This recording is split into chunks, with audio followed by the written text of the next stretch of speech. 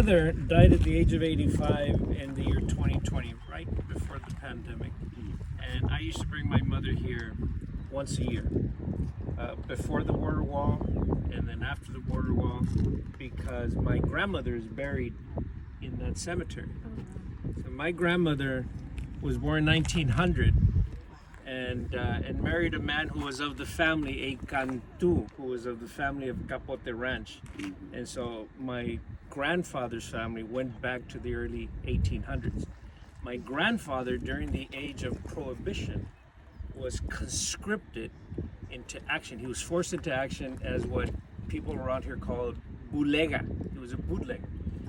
And so the story in the family is that one day in 1929, when my grandmother was home alone with her two babies, mi tío Lico and mi tía Nena, that my grandmother, late at night, this is probably about 10 o'clock at night, heard the rustling, of the brush and heard some hooves.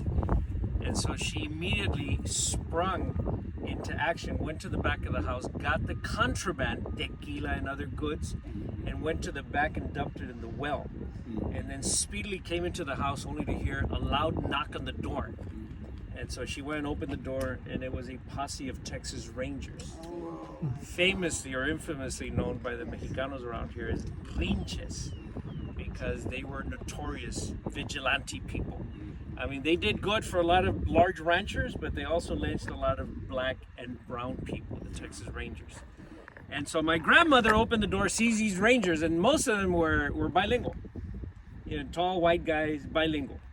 And so they said, "Señora, sospechamos," they said, "we suspected that there's contraband here." And my grandmother was as cool as a cucumber, according to the family story. She said, "Ay, señora, no, whatever." So they said, "We're going to search the property." They searched the property, they didn't find anything. They didn't know well enough to go into the well. And so then they left after 15 minutes of searching. And so my grandmother would then, rest easily until my grandfather came home later that night with a great uncle. And my grandmother would report to them. And by this time, my grandmother was into performative mode. And so she was delirious as she told the story. So my grandfather and my great uncle immediately suspected who had snitched on him. And they found that man, they killed him in cold blood. And in the wee hours of the morning, my grandfather would then come to the house, get his wife, two babies, and as much stuff as they could put into a wagon, and they would flee into Mexico, where my mother would be born in 1934 as a U.S. citizen, born in Mexico. But the story starts here at Capote Ranch. So when the Jacksons came and they bought part of Capote Ranch, they didn't buy all of it because Capote stayed with the families. Unfortunately, the way land transfer happened often is that it was done legally.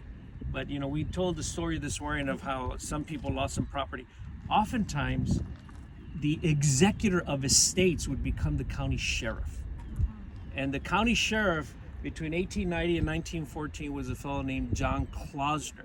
So the Capote Ranch a lot of it was lost to Klausner, Weber properties. In fact, Klausner had the whole Weber tract, and Jackson properties were also lost to the county sheriff, John Klausner. And then later, other sheriffs would also do this, and really until the 1930s, when that was kind of put, to an end. But, oftentimes the executor of estates was, if somebody had an estate. If they didn't, they would just take it because of tax arrears. And condemn it. And then put it in an auction. Yeah. And so that property on the other side of the bridge is largely, not all of it, but largely owned by U.S. Fish and Wildlife. Where my grandparents lived is now owned by Fish and Wildlife. And part of that was because the family could not keep up with the property taxes. And so then the sheriff can just take it, because they're in tax arrears and they have been for a while, and then put it up to auction. And John Klausner in the 1890s oftentimes was the only person in the room when the land was auctioned off. And so Yes. And he amassed 45,000 acres. And built right here on the river, 45,000 acres, and built a pump house, and called the land the San Juan Plantation. Oh my goodness. Yep. And what was the significance of calling it San Juan Plantation? Well, Juan is John. Okay. And so you saint yourself, Right. you know? It was done. And so you self-aggrandize is one. So it's very cultural, very like religious kind of, analysis here. But the bigger analysis is really of how it's a land grab. And John Klausner would go grow beautiful sugarcane right there, right here. He would grow beautiful sugarcane on the San Juan plantation, right by his pump house. And that sugarcane he entered in the World's Fair in St. Louis, Missouri in 1904. And he won the gold medal. The best crop in the world was coming out of right here. Wow. And 1904 is when this whole thing changed. Because then the railroad came, the land development companies came, chambers of commerce came, and they branded it. They did what geographers call the establishment of place mythology.